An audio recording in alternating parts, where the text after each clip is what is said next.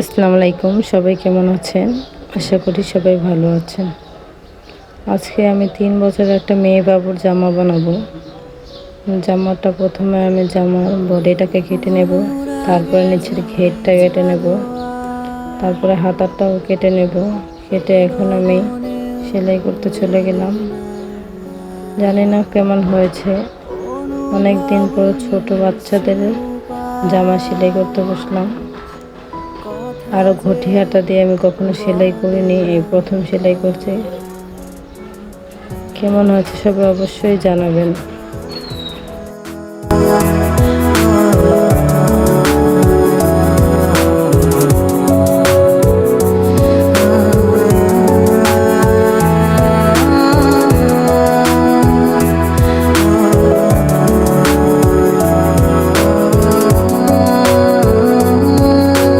অনুরাগে ঝরে চাঁদোয়া